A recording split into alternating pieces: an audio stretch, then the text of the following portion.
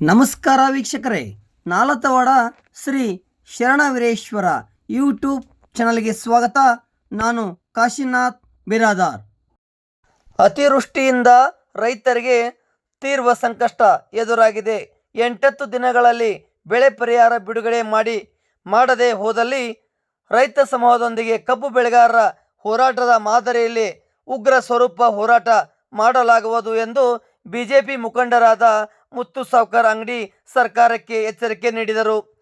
ನಾಲತವಾಡ ಪಟ್ಟಣದ MS ಪಾಟೀಲ್ ತೋಟದ ಮನೆಯಲ್ಲಿ ನಡೆದ ಪತ್ರಿಕಾಗೋಷ್ಠಿಯಲ್ಲಿ ಮಾತನಾಡಿದ ಅವರು, ತಾಲೂಕಿನಲ್ಲಿ ವಾಡಿಕೆಗಿಂತ ಹೆಚ್ಚಿನ ಪ್ರಮಾಣದ ಮಳೆಯಾಗಿದ್ದರಿಂದ ಬೆಳೆ ಹಾನಿಯಾಗಿ ಫಸಲು ಕೈಗೆ ಬಾರದ ಸ್ಥಿತಿ ನಿರ್ಮಾಣವಾಗಿದೆ. ಅಲ್ಪ ಸ್ವಲ್ಪ ಬೆಳೆಯೂ ಗುಣಮಟ್ಟದಿಲ್ಲ ಎಂದರು. ರೈತ ಸಂಘಟನೆ ಮುಖಂಡರಾದ ಮಲ್ಲಿಕಾರ್ಜುನ್ ಸಿದ್ರಟ್ಟಿ ನಾಗರಭಟ್ ಮಾತನಾಡಿ, ಒಕ್ಕಲುತನದ ವೆಚ್ಚ, ನೌಕರರ ವೇತನ ರೀತಿ 3 ಪಟ್ಟು ಹೆಚ್ಚಾಗಿದೆ, ಲಾಭ ಶೂನ್ಯವಾಗಿದೆ. ಸರ್ಕಾರ NDRF ಅಥವಾ SDRF ಮಾದರಿಯಲ್ಲಿ ಪರಿಹಾರ ಬಿಡುಗಡೆ ಮಾಡಬೇಕು, ಇಲ್ಲದಿದ್ದಲ್ಲಿ ತಹಸೀಲ್ದಾರ್ ಕಚೇರಿ ಮುಂದೆ ಧರಣಿ ಮಾಡಲಾಗುವುದು ಎಂದು ಸರ್ಕಾರಕ್ಕೆ ಎಚ್ಚರಿಕೆ ನೀಡಿದರು. ಶಶಿಧರ್ ಬಂಗಾರಿ ಮಾತನಾಡಿ, ಪಕ್ಕದ ಕಲಬುರಗಿ ಜಿಲ್ಲೆಯ ಪರಿಹಾರ ಹಣ ಬಿಡುಗಡೆಯಾಗಿದೆ. ನಮ್ಮ ವಿಜಯಪುರ ಜಿಲ್ಲೆಯಲ್ಲಿ 8 ಜನ ಶಾಸಕರಿದ್ದು ರೈತರಿಗೆ ಪರಿಹಾರ ಕೊಡಿಸುವಲ್ಲಿ ವಿಫಲರಾಗಿದ್ದಾರೆ. ತಾಲೂಕಿನಲ್ಲಿ ರೈತರ ಹೊಲಗಳಿಗೆ ಹೋಗುವ ರಸ್ತೆ, ಕಾಲುವೆ ಹಾಳಾಗಿವೆ.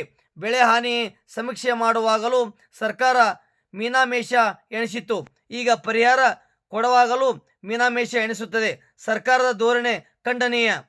CM ಸಿದ್ದರಾಮಯ್ಯ ಹೆಕ್ಟೇರಿಗೆ 17,000 ಕೊಡುವುದಾಗಿ ತಿಂಗಳ ಹಿಂದೆ ಹೇಳಿದ್ದರು. ಇದು ರೈತರ ಕಣ್ಣೊರೆಸುವ ತಂತ್ರವಾಗಿದೆ ಎಂದು ಕಿಡಿಕಾರಿದರು. ಮುಖಂಡರಾದ ಸಂಗಣ್ಣ ಕುಳಗೇರಿ ಮಾತನಾಡಿ, ರೈತರು ಶೋಚನೀಯ ಸ್ಥಿತಿಯಲ್ಲಿ ಇದ್ದಾರೆ. ಆತ್ಮಹತ್ಯೆ ಮಾಡಿಕೊಳ್ಳಲು ಹಂತದಲ್ಲಿ ರೈತರಿದ್ದು ಈಗಲಾದರೂ ಪರಿಹಾರ ಹಣ ಕಲ್ಪಿಸಬೇಕು, ಇಲ್ಲದಿದ್ದರೆ ಹೋರಾಟ ಮಾಡಲಾಗುವುದು ಎಂದು ಎಚ್ಚರಿಸಿದರು.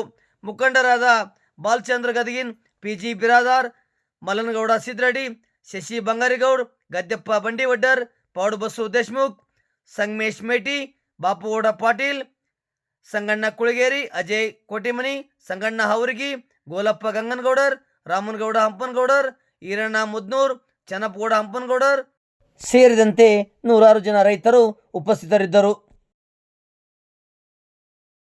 ಯಾವತ್ತು ಇಲ್ಲಿ ನಡೆದಿರುವಂಥ ಎಲ್ಲ ಆತ್ಮೀಯ ರೈತ ನಾಯಕರಿಗೆ ಹಾಗೂ ಉಳಿದಂಥ ಎಲ್ಲ ನನ್ನ ಆತ್ಮೀಯ ರೈತ ಬಂಧುಗಳಿಗೆ ಸ್ವಾಗತ ಬಯಸ್ತಾ, ಈ ಪತ್ರಿಕಾ ಮಾಧ್ಯಮದ ಸುದ್ದಿಗೋಷ್ಠಿಗೆ ಆಗಮಿಸಿರುವಂಥ ನನ್ನೆಲ್ಲ ಆತ್ಮೀಯ ಪತ್ರಿಕಾ ಮಾಧ್ಯಮದ ತಮ್ಮೆಲ್ಲ ಮಿತ್ರರನ್ನ ಸ್ವಾಗತ ಬಯಸ್ತಾ, ಈಗಾಗಲೇ ನಮಗೆ ತಿಳಿದಿರೋ ಹಾಗೆ ತಾಲೂಕಿನಲ್ಲಿ ಅತಿ ಹೆಚ್ಚು ಮಳೆಯಿಂದ ಸಾಕಷ್ಟು ಬೆಳೆ ಈಗಾಗಲೇ ಹಾನಿಯಾಗಿದೆ.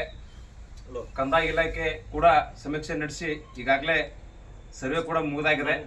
ಇದಾಗೋ 2 ತಿಂಗಳ ಕಳೆದರೂ ಕೂಡ ಸಮರ್ಪಕವಾಗಿ ಇಲ್ಲಿವರೆಗೂ ಕೂಡ ರೈತರಿಗೆ ಪರಿಹಾರದ ಮೊತ್ತ ಜಮಾ ಆಗಿಲ್ಲ. ಆ ಉದ್ದೇಶದಿಂದ ಪರಿಹಾರಕ್ಕೆ ಒತ್ತಾಯಪಡಿಸಿ ಈ ಒಂದು ಪತ್ರಿಕಾ ಮಾಧ್ಯಮದ ಸುದ್ದಿಗೋಷ್ಠಿಯನ್ನು ನಾವು ಕರೆಯಲಾಗಿದೆ.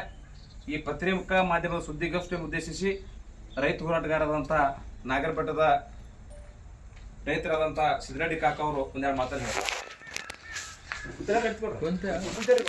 ಈ ವರ್ಷ ಅತಿಯಾದಂಥ ಮಳೆಯಿಂದ ಈ ಇಡೀ ಜಿಲ್ಲೆಯಲ್ಲಿ ಅತಿವೃಷ್ಟಿಯಿಂದ ನಾವು ಬೆಳೆದಂಥ ತೊಗರಿ ಬೆಳೆ ಆಗಲಿ, ಈರುಳ್ಳಿ ಬೆಳೆ ಆಗಲಿ, ಮೆಕ್ಕೆಜೋಳ ಆಗಲಿ, ಹತ್ತಿ ಆಗಲಿ, ಈಗ ಆಲ್ರೆಡಿ ನಾವು ನಷ್ಟದಲ್ಲಿದ್ದೀವಿ ರೈತರು. ಇದಕ್ಕಾಗಿ ಸರ್ಕಾರ ಶೀಘ್ರದಲ್ಲಿ ಅದನ್ನು ಆದೇಶ ಮಾಡಿ ಸಮೀಕ್ಷೆ ಮಾಡಿ ಎಷ್ಟು ಲಾಸ್ ಆಗ್ಯದ ಅಂತ ತಿಳ್ಕೊಂಡು ವರದಿ ಕೇಳಿತ್ತು. ಅದರ ಪ್ರಕಾರ ಮಾಡಿದ್ದಾರೆ. ಬಟ್ ಇವತ್ತು ನಮ್ಮ ರೈತರ ಪರಿಸ್ಥಿತಿ ಏನದ ಅಂತಂದ್ರೆ ಇವತ್ತಿನವರೆಗೂ ಪರಿಹಾರ ಸಿಕ್ಕಿಲ್ಲ. ಇಲ್ಲೇ ಪಕ್ಕದ ಜಿಲ್ಲೆ ಕಲಬುರಗಿಯಲ್ಲಿ ಈಗ ಆಲ್ರೆಡಿ ಜಮಾ ಕೊಟ್ಟಿದೆ. ಮತ್ತು ಸರ್ಕಾರದ ಆದೇಶನೇ ಇದೆ, ಯಾರು ಬೆಳೆ ವಿಮಾ ಕಟ್ಟಿದಾರೆ ಅವ್ರಿಗೆ ಶೀಘ್ರವಾಗಿ 25% ಮಧ್ಯಂತರ ಪರಿಹಾರ ನೀಡಬೇಕಂತ ತಿಳ್ಕೊಂಡು ಇವತ್ತು ಬೆಳೆ ವಿಮಾ ಅವ್ರೂ ರಿಲೀಸ್ ಮಾಡಿಲ್ಲ. ಇವತ್ತು ಏನಪ್ಪ ಅಂತಂದರೆ ನಮ್ಮ ಪರಿಸ್ಥಿತಿ ರೈತರದು ವಾಸ್ತವವಾಗಿ ಭಾಳ ತೊಂದರೆ ಅದು. ಯಾಕಂತಂದರೆ ಇವತ್ತು 2014ರಿಂದ ನಮ್ಮ ಪರಿಸ್ಥಿತಿ ಏನಾಗಿದೆ, ಒಂದು GST ಬಂದ ಮೇಲೆ ಎಲ್ಲರೂ ರೇಟ್ ಏರಿತು. ಗೊಬ್ಬರ, ಬೀಜ, ಆಮೇಲೆ ನಮ್ಮ ಒಕ್ಕಲ್ತನದ ಏನು ಒಕ್ಕಲ್ತನಕ್ಕೆ ನಾವು ಹಾಕಬೇಕಾದಂಥ ವೆಚ್ಚ ಎಷ್ಟಾಗಿದೆ ಅಂದರೆ 3ರಿಂದ 4 ಪಟ್ಟು ಹೆಚ್ಚಾಗಿದೆ. ಬಟ್ ನಾವು ಮಾರ್ಕೆಟಿಗೆ ಹೋದ್ರೆ 20 ವರ್ಷದಿಂದ ನಾವು ಏನು ರೇಟ್ ಇದೆ ಅದೇ ರೇಟ್ನಾಗಿದ್ದೀವಿ. ಒಂದು ಉದಾಹರಣೆ ಹೇಳ್ತೀನಿ. 2000 ಇಶ್ಯೊಳಗೆ ನಾವು ಒಂದು ಹತ್ತಿ ಬೀಜ ತೊಗೊಳ್ಳಿ, ಸೂರ್ಪನ ಬೀಜ ತೊಗೊಳ್ಳಿ, 2 kg 600-700 ರೂಪಾಯಿ ಸಿಕ್ತಿತ್ತು. 52 ಗ್ರಾಮು ಅಥವಾ 54 ಗ್ರಾಮ್ ಸೂರ್ಪನ ಹೋಗಿ ನಾವು ಮಾರಿದರೆ ನಮ್ಗೆ 650 ರೂಪಾಯಿ ರೇಟ್ ಅವಾಗೂ ತೊಗೊಂಡಿವಿ, ಇವತ್ತಿಗೂ ಅದೇ ರೇಟ್ ಅದ. ಅವಾಗ DAP 400 ಇತ್ತು, ಇವತ್ತು 1450 ಆಗ್ಯದ. ಅವಾಗ 150 ಇತ್ತು, ಇವತ್ತು 300 ಯೂರಿಯಾ ಆಗ್ಯದ. ಪೊಟ್ಯಾಶ್ 200 ಸಿಗ್ತಿತ್ತು, ಇವತ್ತು 1450 ರೂಪಾಯಿ ಪೊಟ್ಯಾಶ್ ಅದ. ಅಂದರೆ ಒಕ್ಕಲ್ತನದೊಳಗೆ ನಮ್ಗೆ ಏನಾಗ್ಯದಪ್ಪ ಅಂತಂದ್ರೆ ಇನ್ವೆಸ್ಟ್ಮೆಂಟ್ ಜಾಸ್ತಿ ಆಗ್ಯದ, ನಮ್ಗೆ ರಿಟರ್ನ್ಸ್ ಕಡಿಮೆ ಬರ್ತಾ ಇದೆ. ಇವತ್ತು ಸರ್ಕಾರ ಹೇಳ್ಕೊತಾನೆ ಬಂದದ ರೈತರ ಆದಾಯ ದ್ವಿಗುಣ ಮಾಡ್ತೀವಿ ಅಂತೇಳಿ. ಇವತ್ತು ಒಂದು ಉದಾಹರಣೆ ಬೆಸ್ಟ್ ಎಕ್ಸಾಂಪಲ್ ಅಂತಂದ್ರೆ, ಒಂದು 20 ವರ್ಷದಿಂದ ಒಬ್ಬ ಸರ್ಕಾರಿ ನೌಕರದಾರ ಕನ್ನಡ ಶಾಲೆ ಮಾಸ್ತರ್ ಹೋಗಿದ್ದಂತಂದ್ರೆ ಅವ್ನಿಗೆ ಸ್ಟಾರ್ಟಿಂಗ್ 4,500 ರೂಪಾಯಿ ಪಗಾರ ಇರ್ತಿತ್ತು. ಇವತ್ತು ಅದೇ ಒಂದು ಕನ್ನಡ ಶಾಲೆ ಮಾಸ್ತರ್ ಸ್ಟಾರ್ಟಿಂಗ್ ಏನಾದ್ರು 45,000 ರೂಪಾಯಿ ಪಗಾರ ಆಗ್ಯದ. ಅಂದ್ರೆ ಅವ್ನಿಗೆ 10 ಪಟ್ಟು ಸಂಬಳ ಹೆಚ್ಚಾಗಿದೆ. ಇಲ್ಲಿ ಉದ್ಯೋಗ ಖಾತ್ರಿ ಪಗಾರ ಹೆಚ್ಚಾಗಿರೋದ್ರಿಂದ ನಮ್ಮ ಲೇಬರ್ನೂ ಹೆಚ್ಚಾಗಿದೆ. ಅದಕ್ಕೆ ಇವತ್ತು ಕೇಂದ್ರ ಸರ್ಕಾರನೂ ಬಂತು, ರಾಜ್ಯ ಸರ್ಕಾರ ಬಂತು. ಯಾಕಂದ್ರೆ ಇವು ತಂದೆ ಮಗನ ಸಂಬಂಧ, ರಾಜ್ಯ ಸರ್ಕಾರ ಆಮೇಲೆ ಕೇಂದ್ರ ಸರ್ಕಾರ ನಮಗೆ ತಂದಿದ್ದಂಗೆ ರಾಜ್ಯ ಸರ್ಕಾರ ಇದ್ರೆ ಮಗ ಇದ್ದಂಗೆ. ಇವರು ಹೊಂದಾಣಿಕೆ ಮಾಡಿಕೊಂಡು ರೈತರನ್ನ ಏಳಿಗೆ ತೊಗೊಂಡು ಹೋಗ್ಬೇಕು ಅನ್ನೋದು ನಮ್ಮೆಲ್ಲರೂ ಆಗ್ರಹ ಅದ. ಮತ್ತು ಶೀಘ್ರವಾಗಿ ಈ ಒಂದು ಸಮಸ್ಯೆಗೆ ಸ್ಪಂದಿಸಿ ನಮ್ಗೆ ತಾತ್ಕಾಲಿಕವಾಗಿ ಏನು ಪರಿಹಾರ ಘೋಷಣೆ ಮಾಡಿದ್ದಾರೆ ಆಲ್ರೆಡಿ, ಹೆಕ್ಟರ್ ವೈಸ್ ನೀರಾವರಿಗೆ ಇಷ್ಟು ಮತ್ತು ಒಣಬೇಸಾಯ ಇಷ್ಟು ಅಂತ ತಿಳ್ಕೊಂಡು ಯಾವ ರೈತಿಗೂ ಅನ್ಯಾಯ ಆಗ್ಲಾರ್ದಂಗೆ ಶೀಘ್ರದಾಗ ರಾಜ್ಯ ಸರ್ಕಾರ ಬಿಡುಗಡೆ ಮಾಡಬೇಕಂತ ಒತ್ತಾಯ ಮಾಡ್ತೀವಿ. ಒಂದು ವೇಳೆ ಅವ್ರು ಡಿಲೇ ಮಾಡಿದ್ರೆ ನಾವು ತಾಲೂಕಾ ಮಟ್ಟದಲ್ಲಿ ಎಲ್ಲ ರೈತರು ಮುಖಂಡರು ಮತ್ತು ಪ್ರಗತಿಪರ ರೈತರು ಎಲ್ಲ ರೈತರ ಸಮೇತ ತಹಸೀಲ್ದಾರ್ ಕಚೇರಿ ಮುಂದೆ ನಾವೊಂದು ಪ್ರತಿಭಟನೆ ಕುಂದಿರಬೇಕಾಗಂಥ ಕಾಲ ಬರುತ್ತಂತ ಹೇಳಬೇಕು. ತಾಲೂಕಿನ ನನ್ನ ರೈತ ಮಿತ್ರರೇ, ನನ್ನ ಸಹಪಾಠಿಗಳೇ, ಇವತ್ತು ಸುಮಾರು 2.5-3 ತಿಂಗಳ ಹಿಂದೆ ಸುರಿದಂಥ ಭಾರೀ ಮಳೆಗೆ ತಾಲೂಕು ಇರ್ಬೋದು, ಜಿಲ್ಲೆ ಇರ್ಬೋದು, ರಾಜ್ಯ ಇರ್ಬೋದು, ಆ ಮಳೆಗೆ ಅಪಾರ ಪ್ರಮಾಣದ ಬೆಳೆ ಹಾನಿಯಾಗಿದೆ. ಇವತ್ತು ಹತ್ತಿ ಇರ್ಬೋದು, ತೊಗರಿ ಇರ್ಬೋದು, ಸೂರ್ಯಕಾಂತಿ ಇರ್ಬೋದು, ಸಜ್ಜಿ ಇರ್ಬೋದು, ಉದ್ದು ಇರ್ಬೋದು, ಹೆಸರು ಇರ್ಬೋದು, ರೈತರು ಭೂಮಿಗೆ ಹಾಕಿದಂಥ ಬೆಳೆ ಸಂಪೂರ್ಣ ನಷ್ಟದಲ್ಲಿದೆ. ಈಗಾಗಲೇ 1.5-2 ತಿಂಗಳಿಂದನೇ ಸರ್ಕಾರ ಆಯಾ ಇಲಾಖಾ ಅಧಿಕಾರಿಗಳನ್ನು ಕಳಿಸಿ ಸಮೀಕ್ಷೆ ನಡೆಸಿತ್ತು. ಸಮೀಕ್ಷೆ ಪೂರ್ಣಗೊಂಡು ಸುಮಾರು ತಿಂಗಳು ಕಳೆದಿದೆ.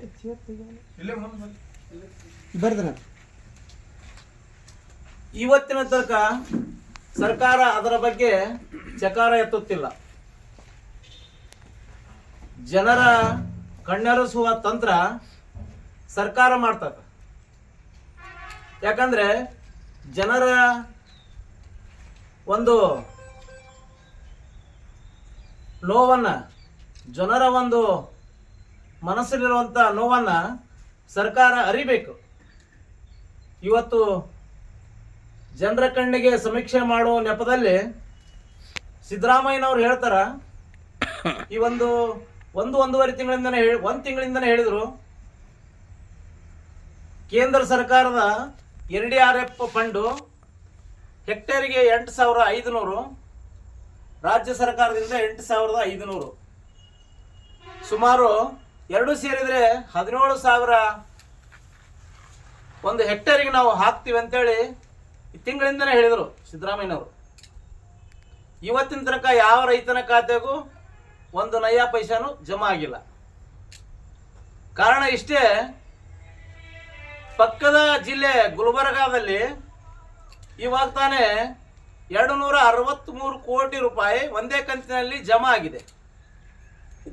ರೈತರ ಖಾತೆಗೂ ಸಹಿತ ಡಿವೈಡ್ ಆಗಿ ಎಲ್ಲ ರೈತರ ಖಾತೆಗೂ ಜಮಾ ಆಗಿದೆ. ನಾವು ಗುಲ್ಬರ್ಗಾ ಜಿಲ್ಲೆ ಬಾಜು ಇದ್ದಂಥ ಬಿಜಾಪುರ ಜಿಲ್ಲೆಗೆ ಯಾವ ರೈತನ ಖಾತೆಗೂ 1 ಪೈಸಾನೂ ಜಮಾ ಆಗಿಲ್ಲ. ಕಾರಣ ಇಲ್ಲಿದ್ದಂಥ ಶಾಸಕರು, ಈ ನಮ್ಮ ಜಿಲ್ಲೆಯಲ್ಲಿ ಸುಮಾರು 8 ಜನ ಶಾಸಕರಿದ್ದಾರೆ. 8 ಜನ ಶಾಸಕರು ಕೂಡ ಆ ರೈತರ ಬಗ್ಗೆ ಕಾಳಜಿನೂ ಇಲ್ಲ. ಬಾಜು ಜಿಲ್ಲೆಯೊಳಗೆ ದುಡ್ಡು ಜಮಾ ಆಗ್ತದ, ನಮ್ಮ ಜಿಲ್ಲೆಯೊಳಗೆ ದುಡ್ಡಿಲ್ಲ. ಇವು ಶಾಸಕರಿಗೆ ಏನು ಕಾಣೋದಿಲ್ಲೇನು? ಇಲ್ಲಿ ರೈತರು ಏನು ಮಾಡಿದ್ರು ಅವ್ರಿಗೆ ನಡೀತಂತ ಅವ್ರು ತಿಳ್ಕೊಂಡಾರ. ಮತ್ತು ಈ ಸರ್ಕಾರ ಕಣ್ಣು ಒರೆಸುವ ತಂತ್ರವನ್ನು ಹೂಡ್ತದೆ.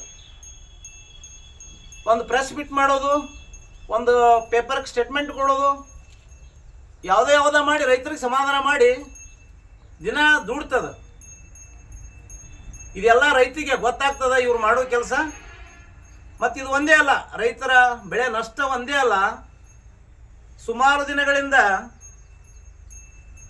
ಒಂದು 15ರಿಂದ 20 ವರ್ಷ ಆಯ್ತು 47 ಭಾಗದಲ್ಲಿ ಈ ಚಿಮ್ಮಲಿಗೆ ಏತ ನೀರಾವರಿ ಇರ್ಬೋದು, ಇನ್ನೊಂದು ಕೆನಾಲ್ಗಳು ಇರ್ಬೋದು, ಎಲ್ಲ ಕೆನಾಲ್ಗಳು ಹಡ್ಡಿ ಎಲ್ಲಿ ಬೇಕಲ್ಲ ರೈತರು ಹೊಲ್ದಾಗ ಕೆನಾಲ್ ಹಡ್ಡಿ ತೆಗ್ಗು ದಿನ್ನೆಗಳನ್ನು ಮಾಡಿ ಅವು ರೈತರಿಗೆ ಬಿತ್ಕೊಳ್ಳಕ್ಕೆ ಬರಲಾರ್ದಂಗೆ ಮಾಡಿ ಇನ್ನೂ ತಕ್ಕೋ ಅವ್ರಿಗೆ ಒಂದು ಪೈಸಾನೂ ಅವರಿಗೆ ಪರಿಹಾರ ಇಲ್ಲ, ಆ ಭೂಮಿ ಪರಿಹಾರ.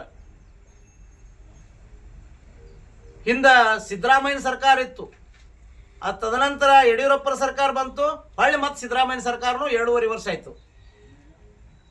ಯಾವ ಸರ್ಕಾರ ಬಂದ್ರೂ ಆ ರೈತರಿಗೆ ಪರಿಹಾರನೇ ಇಲ್ಲ. ಅವ್ರ ಭೂಮಿ ಬಿತ್ಕೊಳ್ಳೋಕ್ಕೂ ಬಿಟ್ಟಿಲ್ಲ, ಎಲ್ಲಿ ಬೇಕಲ್ಲಿ ತಗ್ಗು ದಿನ್ನೆ ಮಾಡಿ ಕೆನಾಲ್ ಅಡ್ಡಿ ರೋಡ್ ಮಾಡಿ ಅವರು ಭೂಮಿ ಹಾಳು ಮಾಡಿ ಇಟ್ಬಿಟ್ಟಿದ್ದಾರೆ. ಅವ್ರಿಗೆ ಈ ಕಡೆ ಪರಿಹಾರನೂ ಇಲ್ಲ, ಈ ಕಡೆ ಅವ್ರಿಗೆ ಭೂಮಿನೂ ಇಲ್ಲ. ಇಂಥ ಪರಿಸ್ಥಿತಿ ನಮ್ಮ ತಾಲೂಕಿಂದ ಆಗೈತಿ.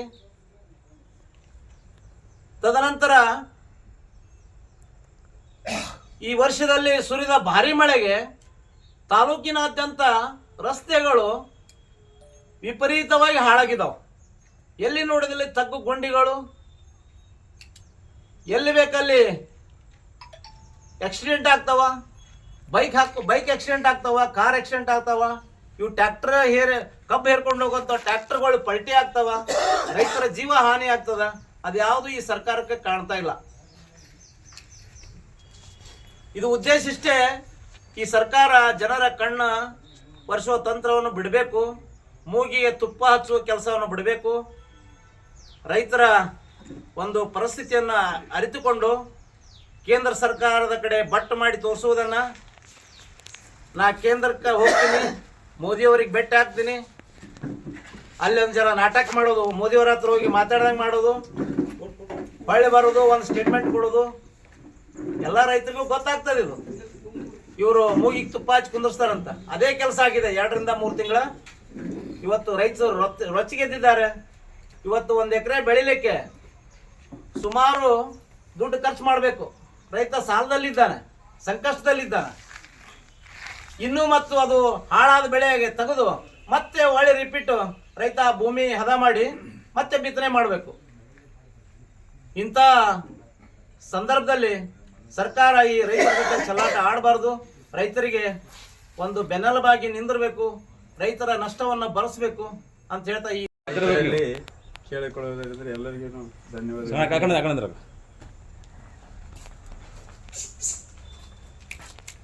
ಶ್ರೀ ಶರಣವೀರೇಶ್ವರ ಪಾದಾರಗಳಲ್ಲಿ ಕೊಡಮಟ್ಟು ಇಲ್ಲಿ ನೆರೆದಿರ್ತಕ್ಕಂಥ ರೈತರಿಗೂ ನನ್ನ ನಮಸ್ಕಾರಗಳನ್ನು ಹೇಳುತ್ತಾ, ನಾನು ಒಬ್ಬ ರೈತ. ಆದರೆ ನಂದು 4 ಎಕರೆ ಹೊಲ ತೊಗರಿ ಸಮೀಕ್ಷೆ ಮಾಡೋಕೆ ಬಂದಿದ್ದರು, GPS ಮಾಡಿದರು, ಎಲ್ಲ ಥರದಿಂದ ಬಂದು ನೋಡ್ಕೊಂಡು ಹೋಗ್ಯಾರ. ನೋಡ್ಕೊಂಡು ಹೋದ್ರೂ 1 ತಿಂಗಳಾಯಿತು. ತೊಗರಿಗೆ ಸುಮಾರು ಒಂದು 40ರಿಂದ 50 ಸಾವಿರ ರೂಪಾಯಿ ಖರ್ಚು ಮಾಡೀನಿ. ಅದಾದ ನಂತರ ತೊಗರಿ ಬೆಳೆ ಎಲ್ಲ ಮಳೆಗೆಲ್ಲ ಏನು ಬಂಜಿ ಗಿಡ ಹಾಕಿಸಿ ಎಲ್ಲ ಕಿತ್ತೊಕೊಟ್ಟೀನಿ. ಕಿತ್ತೊಕೊಟ್ಟ ನಂತರ ಕಿತ್ತೊಕೊಟ್ಟು ಮತ್ತು ಕಡ್ಲಿ ಹಾಕೀನಿ. ಕಡ್ಲಿನೂ 1 ತಿಂಗಳಾಯ್ತು. ತೊಗರಿಗೆ 30-40 ಸಾವಿರ ರೂಪಾಯಿ ಖರ್ಚು ಮಾಡೀನಿ. ಈ ಸದ್ದ ಕಡ್ಲಿಗೂ ಒಂದು 25-30 ಸಾವಿರ ರೂಪಾಯಿ ಬೀಜ ಗೊಬ್ಬರ ಅದನ್ನು ಕಿತ್ತೋದು ಒಗಿದು ಎಲ್ಲ ಖರ್ಚು ಸೇರಿ 1 ಲಕ್ಷ ಖರ್ಚು ಬಂದದ. ಇಲ್ಲಿ ತನಕ ರೈತರಿಗೆ ಒಟ್ಟು ಪರಿಹಾರ ಹಾಕ್ತೀವಿ, ಬೆಳೆ ಇನ್ಸೂರೆನ್ಸೂ ತುಂಬಿವಿ, ಅದು ಇನ್ಸೂರೆನ್ಸ್ನು ಹಾಕ್ತೀವಿ ಅಂತಂತಂದ್ರು ಇನ್ಸೂರೆನ್ಸೂ ಇಲ್ಲ, ಬೆಳೆ ಪರಿಹಾರನೂ ಇಲ್ಲ. ಮತ್ತು ಹಿಂಗಾದ್ರೆ ರೈತರು ನಾವೆಲ್ಲ ಹೊರಗಡೆ ಬಡ್ಡಿ ಹೆಂಗೆ ತೊಗೊಂಬಂದು ದುಡ್ಡು ತೊಗೊಂಬಂದು ಅದಕ್ಕೆ ಇನ್ವೆಸ್ಟ್ಮೆಂಟ್ ಮಾಡಿರ್ತೀವಿ, ಮತ್ತು ನಮಗೆ ಪರಿಹಾರನ ಬರಲಿಲ್ಲಪ್ಪ ಅಂತಂದ್ರೆ ರೈತರು ಹೆಂಗೆ ಯಾವ ಕಷ್ಟದಾಗಿರ್ಬೇಕು, ಉರ್ಲು ಹಾಕೊಳ್ಳುವಂಥ ಪರಿಸ್ಥಿತಿ ಬಂದದ. ರೈತರ ಪರಿಸ್ಥಿತಿ ಕೇಳೋರು ಯಾರು? ಸರ್ಕಾರದೊಳಗೆ ಏನು? ಅದಕ್ಕೆ ದಯವಿಟ್ಟು ನಾನು ವಿನಂತಿ ಮಾಡ್ತೀನಿ, ಮುದ್ದೇಳೋದನ್ನು ಈ ಶಾಸಕರಾದಂಥ ನಮ್ಮ ತಾಲೂಕಿನ ಶಾಸಕರ ತಲೆ ಸ್ವಲ್ಪ ದಯವಿಟ್ಟು ರೈತರ ಕಡೆ ಲಕ್ಷ್ಯ ಕೊಟ್ಟು ಕೇಸಿ ನೀವು ಸ್ವಲ್ಪ ದಯವಿಟ್ಟು ರೈತರಿಗೆ ಪರಿಹಾರವನ್ನು ಆದಷ್ಟು ಬೇಗ ಅವರಿಗೆ ಹಾಕಿಸ್ಬೇಕಂತೇಳಿ ನಿಮ್ಮಲ್ಲಿ ವಿನಂತಿ ಮಾಡ್ಕೋತೀನಿ. ತಮ್ಮಲ್ಲಿ ವಿನಂತಿ ಮಾಡಿಕೊಂಡು ರೈತರಿಗೆ ಭಾಳನ ಹಸನು ಮಾಡಿ ಕೊಡಕ್ಕೆ ಒಂದು ದಾರಿ ಮಾಡಿಕೊಡ್ರಿ, ಒಂದಿಟ್ಟು ಬೆಳೆ ಪರಿಹಾರ ಹಾಕಿರಿ, ಒಂದಿಟ್ಟು ಇನ್ಸೂರೆನ್ಸ್ ಜಮಾನು ಮಾಡೋದು ಮಾಡಿರಿ ಅಂತೇಳಿ ತಮ್ಮಲ್ಲಿ ಕೇಳಿಕೊಂಡು ನಾನು 2 ಮಾತುಗಳು. ಈಗ ತಾನೇ ಭಾಳಷ್ಟು ಜನ ಮಾತಾಡಿದ್ರು. ನಾನು ಸ್ವಲ್ಪ ಒಂದು ಕೇಳಿದ್ರೆ ನಾನು ಸ್ವಲ್ಪ ಬೇಗ ಬರೋಕ್ಕಾಯ್ತು. ಕಾರಣ ಅಂತಂದ್ರೆ ನಾನು ಒಂದು ಪ್ರೆಸ್ ಮೀಟಿಗೆ ಒಂದು 10 ನಿಮಿಷ ಲೇಟ್ ಆಗಿದ್ದೇನೆ, ಕ್ಷಮೆ ಇರಲಿ. ಬಹಳಷ್ಟು ರೈತರ ಬೇಡಿಕೆ ಇವತ್ತು ಜಿಲ್ಲೆಯಲ್ಲೆಲ್ಲ ರಾಜ್ಯದಲ್ಲಿ ವಿಶೇಷವಾಗಿ ಉತ್ತರ ಕರ್ನಾಟಕದಲ್ಲಿ ಬೆಳೆ ವಿಮೆ ಬೆಳೆ ಪರಿಹಾರ ಒಂದು ವಿಷಯ ಭಾಳ ಸ್ಪಷ್ಟ ಇದೆ. ಸರ್ಕಾರ ಏನು ಬೆಳೆ ನಷ್ಟ ಅಂಥೇಳಿ ಏನು ಘೋಷಣೆ ಮಾಡಿದ ಪ್ರಮಾಣಕ್ಕೂ ನಿಜವಾಗಿ ರೈತನಿಗೆ ಆದ ನಷ್ಟ ಆದ ಪ್ರಮಾಣಕ್ಕೂ ಭಾಳ ಅಂತರ ಇದೆ. ಅಂದರೆ ರೈತನಿಗೆ 10,000 ರೂಪಾಯಿ ಹಾಳಾಗಿತ್ತಂದರೆ ಸರ್ಕಾರ ಕೊಟ್ಟು 5,000 ಬಂದಿತ್ತು. ಅದನ್ನೆಲ್ಲರೂ ಗಮನಿಸ್ಬೇಕು, ಎಲ್ಲ ಅಧಿಕಾರಿಗಳು ಗಮನಿಸ್ಬೇಕು, ಎಲ್ಲ ಪತ್ರಿಕಾ ಮಾಧ್ಯಮದವರು ಗಮನಿಸ್ಬೇಕು, ರೈತ ಮುಖಂಡರು ಗಮನಿಸ್ಬೇಕು, ರಾಜಕೀಯ ನೇತರು ಗಮನಿಸ್ಬೇಕು. ಈಗ ಇನ್ನೊಂದು ತಿಂಗಳಲ್ಲಿ ಗೊತ್ತಾಗ್ತದೆ ಎಷ್ಟು ಜನ ರೈತರು ಕಣ್ಣೀರಲ್ಲಿ ಕೈ ತುಡಿತಾರೆ, ಎಷ್ಟು ಜನ ರೈತರು ಮಾರುಕಟ್ಟೆಗೆ ಬಂದು ಒಂದು ಹಾಳಾದಂಥ ಒಂದು ತೊಗರಿಗೆ ಅತ್ಯಂತ ಕಡಿಮೆ ರೇಟನ್ನು ತೊಗೊಂಡು ಹೋಗುವಂಥ ಪರಿಸ್ಥಿತಿ ರೈತರಿಗೆ ಇದ್ರ ಮೇಲಿದೆ. ಇದೊಂದು ಸವಾಲು ಕೂಡ, ಯಾಕಂದರೆ ರಾಶಿ ಮಾಡಬೇಕು, ತಂದು ಮಾರುಕಟ್ಟೆ ಮಾಡಬೇಕು. ನನ್ನ ತಿಳಿದ ಮಟ್ಟಿಗೆ ನಾನು ಹಲವಾರು ರೈತ ಮುಖಂಡರ ಜೊತೆ ಮಾತಾಡಿದ್ದೀನಿ. ಈ ವರ್ಷ ಬರ್ತಕ್ಕಂಥ ಫಸಲು 2ನೇ ದರ್ಜೆದಾಗಿದೆ. ಈ ವರ್ಷ ಬರ್ತಕ್ಕಂಥ ಫಸಲು 2ನೇ ದರ್ಜೆ, ಪ್ರಥಮ ದರ್ಜೆ ಮಾಲು ಬರೋಂಗಿಲ್ಲ. ಬಂದರೂ ಕೂಡ 10ಕ್ಕೊಬ್ಬ ರೈತ ಒಳ್ಳೆ ಮಾಲು ತರ್ತಾನೆ, 10ಕ್ಕೆ 8 ಜನ ರೈತರು ಸೆಕೆಂಡ್ ಕ್ವಾಲಿಟಿ ಮಾಲನ್ನು ತರ್ತಾರೆ. ಆದರೂ ಮೊದಲೇ ಮತ್ತು ಇಳುವರಿ ಹಾಳಾಗಿದೆ. ಈಗ ಬಂದಂಥ ಎಷ್ಟು ಚೀಲ ಬಂದಿದೆ ಅದರಲ್ಲಿ ಕ್ವಾಲಿಟಿ ಕೂಡ ಹಾಳಾಗಿದೆ. ಇಂಥ ಒಂದು ಶೋಚನೀಯ ಪರಿಸ್ಥಿತಿ ಇವತ್ತು ರೈತನದು, ವಿಶೇಷವಾಗಿ ತೊಗರಿ ಬೆಳೆಗಾರರು. ನಾನು ಕಬ್ಬಿನ ಬಗ್ಗೆ ಹೇಳೋಕೆ ಹೋಗಿಲ್ಲ, ಯಾಕಂದರೆ ಅದು ಸ್ವಲ್ಪ ರೈತರಿಗೆ ಹಿಡಿದೈತೆ, ಉತ್ತಮವಾಗಿ ಮಳೆ ಆಗಿದೆ. ಕಬ್ಬಿನಲ್ಲಿ ಒಳ್ಳೆ ಫಸಲು ಬಂದೈತೆ ಈ ವರ್ಷ. ಈ ತೊಗರಿದೇನೈತೆ ಭಾಳಷ್ಟು ಒಂದು ಕಲ್ಲೋಲ ಪರಿಸ್ಥಿತಿ ರೈತನಾಗಿದೆ. ಇಂಥ ಒಂದು ಸಂದರ್ಭದಲ್ಲಿ ಸರ್ಕಾರ ಆವಾಗ ಸರ್ವೆ ಮಾಡೋಕ್ಕೂ ಹಿಂದೆ ಮುಂದೆ ನೋಡಿತು, ಆಮೇಲೆ ಅದನ್ನು ಡಿಕ್ಲೇರ್ ಮಾಡೋಕ್ಕೂ ಹಿಂದೆ ಮುಂದೆ ನೋಡಿತು. ಒಲ್ಲದ ಮನಸ್ಸಿಂದ ಯಾವುದೋ ಒಂದು ಇಕ್ಕಟ್ಟಿಗೆ ಸಿಕ್ಕೊಂಡು ಮಾಡಿದ್ರು. ಆಯಿತು, ಅದೇನೋ ನಾವಿಲ್ಲ ಅಂತ ಅನ್ನೋದಿಲ್ಲ. ಅದು ಏನಪ್ಪ, ನಮ್ಮ ಹಿರಿಯರೊಂದು ಮಾತು ಹೇಳ್ತಾನೆ, ಎಲಿಯೆಲ್ಲ ಎಲಿತು ಅಂತ ಒಂದು ಮಾತೊಂದು ಗಾದೆ ಮಾತೈತೆ. ಅದನ್ನು ತಿಳ್ಕೊಂಡು ನಮ್ಮ ರೈತರೆಲ್ಲರೂ ಇವತ್ತು ಒಂದು ಕಷ್ಟಪಟ್ಟ ಜೀವನ ಸಾಗಿಸ್ತಾ ಇದೆ. ಇಂಥ ಒಂದು ಪರಿಸ್ಥಿತಿಯಲ್ಲಿ ಇಲ್ಲಿ ತನಕ ಕೂಡ ಸಿದ್ದರಾಮಯ್ಯ ಹೇಳಿ ಎಷ್ಟು ದಿವಸ ಆಯಿತು, ಕೃಷಿ ಸಚಿವರು ಹೇಳಿ ಎಷ್ಟು ದಿವಸ ಆಯಿತು, ಪೇಪರ್ಗೆ ಬಂದು ಎಷ್ಟು ದಿವಸ ಆಯಿತು. ಈಗಾಗಲೇ ಹಲವಾರು ಜಿಲ್ಲೆಗಳಲ್ಲಿ ಕೆಲವು ಜಿಲ್ಲೆಯಲ್ಲಿ ಬಿಡುಗಡೆ ಆಗಿದೆ. ಈ ನಮ್ಮ ಜಿಲ್ಲೆಯಲ್ಲಿ ಹಾಕಿಲ್ಲ, ನಮ್ಮ ತಾಲೂಕಿನಲ್ಲಿ ಹಾಕಿಲ್ಲ, ನಮ್ಮ 4 ಹೊಡೆದ ಹಾಕಿಲ್ಲ. ಇದು ನಮ್ಮ ಪ್ರಶ್ನೆ. ಆ ದೃಷ್ಟಿಯಿಂದ ನಾವು ಅಧಿಕಾರಿಗಳಿಗೆ, ರಾಜಕೀಯ ಪಕ್ಷದ ನೇತಾರರಿಗೆ, DC ಅವರಿಗೆ, ಜಿಲ್ಲಾ ಉಸ್ತುವಾರಿ ಸಚಿವರಿಗೆ ನಾವು ಈ ಮೂಲಕ ಎಲ್ಲ ರೈತರ ಪರವಾಗಿ ಒಂದು ಎಚ್ಚರಿಕೆಯ ಸಂದೇಶವನ್ನು ನೀಡುತ್ತೇವೆ. ಇದು ಹೀಗೆ ಮುಂದುವರೆದ್ರೆ ಮತ್ತೊಂದು ರೀತಿಯ ಪ್ರತಿಭಟನೆ ಚಳವಳಿಗಳು ನಡೀತವೆ. ಈಗಾಗಲೇ ಕಬ್ಬಿನ ಹೋರಾಟದಲ್ಲಿ ಸರ್ಕಾರ ಬಹಳಷ್ಟು ಮುಜುಗರಪಟ್ಟು, ಸರ್ಕಾರ ರೈತರ ಮುಖಂಡರ ಒಂದು ಹೋರಾಟಕ್ಕೆ ಸರ್ಕಾರ ಭಾಳ ಇಕ್ಕಟ್ಟಿಗೆ ಹಾಗೂ ಮುಜುಗರಕ್ಕೆ ಸಿಲುಕಿದ್ದು ತಾವೆಲ್ಲ ನೋಡಿದೆ. ಇನ್ನು ಅದೇ ಪರಿಸ್ಥಿತಿ ಮತ್ತೆ ಬರುತ್ತೆ ಸರ್ಕಾರ ಈ ಒಂದು ನಮ್ಮ ತೊಗರಿ ಬೆಳೆಗಾರನ ರಕ್ಷಣೆ ಮಾಡ್ತಾ ಇದೆ. ಆ ದೃಷ್ಟಿಯಿಂದ ಆದಷ್ಟು ಬೇಗ ಪ್ರತಿಯೊಬ್ಬ ರೈತನಿಗೆ ವಿದ್ಯುಕ್ತವಾಗಿ ಒಂದು ಟೈಮ್ ಕೊಡ್ತೀವಿ, ನಾವು ಗೆರಾವ್ ಕೊಡ್ತೀವಿ, ನಾವು ಎಲ್ಲ ಮುಖಂಡರು ಚರ್ಚೆ ಮಾಡಿ ಇನ್ನು 8-10 ದಿವಸ ಟೈಮ್ ಕೊಡ್ಬೋದು ನಾವು ಜಾಸ್ತಿ ಅಂದರೆ. ಲಾಸ್ಟ್ ಒಂದು 15 ದಿನ ಕೊಡೋಣ. ಅದಕ್ಕಿಂತ ಹೆಚ್ಚಿಗೆ ನಮ್ಮ ಒಂದು ಈ ತಾಳ್ಮೆಯನ್ನು, ರೈತನ ತಾಳ್ಮೆಯನ್ನು ಯಾವೊಬ್ಬ ಅಧಿಕಾರಿ ಆಗಲಿ, ಯಾವೊಬ್ಬ ರಾಜಕಾರಣಿ ಆಗಲಿ ಪರೀಕ್ಷೆ ಮಾಡಬಾರ್ದು. ಆ ದೃಷ್ಟಿಯಿಂದ ಎಲ್ಲರೂ ಈಗಲೂ ಕೂಡ ಎಚ್ಚೆತ್ಕೊಳ್ಬೇಕು. ಯಾಕಂದರೆ ಈಗ ನಮ್ಮ ಸಂಘಟನೆಗಳು ಮಾತಾಡಿದ್ರು, ನಾವು 1ನೇ ಪೀಕ್ ಹಾಳು ಮಾಡಿದ್ವಿ, ಇಷ್ಟೆಲ್ಲ ಖರ್ಚು ಮಾಡಿದ್ವಿ, 2ನೇ ಪೀಕಿಗೆ ಸ್ವಲ್ಪ ದುಡ್ಡು ಹಾಕಬೇಕು, ಎಲ್ಲಿಂದ ಹಾಕಲಿ, ಎಲ್ಲಿಂದ ತರಲಿ, ನಾನು ಯಾವ ರೀತಿಯಾಗಿ ನಮ್ಗೆ ವ್ಯವಸಾಯ ಮಾಡಲಿ. ವ್ಯವಸಾಯ ಅನ್ನೋ ಒಂದು ಗಾದೆ ಮಾತಂತ, ನೀ ಸಾಯ ನಿಮ್ಮ ಮಂದಿ ಎಲ್ಲ ಸಾಯ ಏನೋ ಅಂತ ಹೇಳ್ತಾರೆ, ನನಗೆ ಅದು ನೆನಪಿಲ್ಲ. ಆ ದೃಷ್ಟಿಯಿಂದ ಅಂಥ ಒಂದು ಶೋಚನೀಯ ಸ್ಥಿತಿ ಇವತ್ತು ನಮ್ಮ ಉತ್ತರ ಕರ್ನಾಟಕದ ಈ ಒಣ ಬೇಸಾಯದಲ್ಲಿ ಬೆಳೀತಕ್ಕಂಥ ತೊಗರಿ ಬೆಳೆಗಾರರಿಗೆ ಬಂದಿದೆ. ಆ ದೃಷ್ಟಿಯಿಂದ ಈಗಾಗಲೇ ಸರ್ಕಾರ ಏನೋ ಮುಗಿ ತುಪ್ಪ ಸವರುವ ಕೆಲಸವನ್ನು ಮಾಡಿರಿ, ನಾ ಇಲ್ಲ ಅಂತ ಅನ್ನೋದಿಲ್ಲ. ಅದನ್ನಾದರೂ ಪರಿಪಕ್ವವಾಗಿ ಮಾಡಿರಿ, ಅದು ಒಡ್ಡು ಭರವಸೆ ಆಗೋದು ಬೇಡ ಅಂಥೇಳಿ ಈ ಸಂದರ್ಭದಲ್ಲಿ ನಾನು ಎಲ್ಲ ಒಂದು ತಹಸೀಲ್ದಾರ್ ಸಾಹೇಬ್ ಇರ್ಬೋದು, DC ಅವರು ಇರ್ಬೋದು, ಮಾನ್ಯ ಶಾಸಕರು ಇರ್ಬೋದು, ಮಾನ್ಯ ಕೃಷಿ ಅಧಿಕಾರಿಗಳಿರ್ಬೋದು, ತಲಾಟೆ ತಹಸೀಲ್ದಾರ್ ಇರ್ಬೋದು, ಎಲ್ಲರಿಗೂ ಕೂಡ ನಾನು ರೈತರ ಪರವಾಗಿ ನಾನು ಮನವಿ ಮಾಡ್ತೇನೆ, ಒಂದು ಎಚ್ಚರಿಕೆಯನ್ನು ನಾನು ನೀಡುತ್ತೇನೆ. ಇದು ಮುಂದಿನ ದಿನಗಳಲ್ಲಿ ಕಬ್ಬಿನ ರೀತಿಯೇ ಒಂದು ಹೋರಾಟದ ಸ್ವರೂಪ ಪಡೀತದೆ. ಅದಕ್ಕೆ ಅದೆಲ್ಲ ಬೇಡ, ಸಂಕಷ್ಟ ಬೇಡ, ನಮಗೂ ರೈತರಿಗೂ ತೊಂದರೆ ಬೇಡ, ಸರ್ಕಾರಕ್ಕೂ ಮುಜುಗರ ಬೇಡ. ಅದನ್ನು ಆದಷ್ಟು ಬೇಗ ಯೋಗ್ಯ ದರದಲ್ಲಿ ತ್ವರಿತವಾಗಿ ಇವೆಲ್ಲ ಜಿಲ್ಲೆಗಿಂತ ಮುಂಚಿತವಾಗಿ ನೀವು ಮಾಡಿರಿ. ಇದು ಉತ್ತರ ಕನ್ನಡದವರು ವಿಶೇಷವಾಗಿ ಮಾಡಬೇಕು. ಯಾಕಂದರೆ ಉತ್ತರ ಕನ್ನಡದವರೇ ಈ ಸಲ ಹೆಚ್ಚಿನ ಒಂದು ನೋವನ್ನು ನೋಡಿದ್ದಾರೆ, ಹೆಚ್ಚಿನ ಒಂದು ನುಕ್ಸಾನವನ್ನು ಅನುಭವಿಸಿದಲ್ಲಿ ನಾನು ಎಲ್ಲ ಮಾಧ್ಯಮ ಸ್ನೇಹಿತರಿಗೆಲ್ಲ ರೈತ ಮುಖಂಡರಿಗೆ ನಾನು ಮನವರಿಕೆ ಮಾಡಿ ನಾನು ಹೇಳೋಣ ಮುಗಿಸ್ತೇನೆ.